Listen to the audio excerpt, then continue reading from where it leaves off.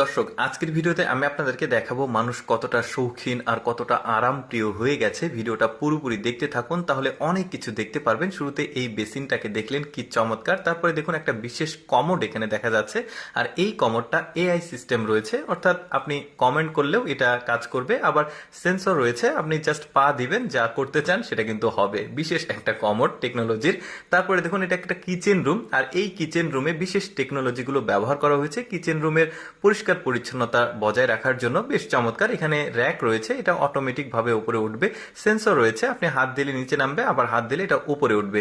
তারপরে এখানে একটা বেড রয়েছে, দেখুন একটা বেডের মাল্টি ফাংশনাল যে ফাংশনস গুলো রয়েছে। দেখুন এখানে একটা লকার রয়েছে।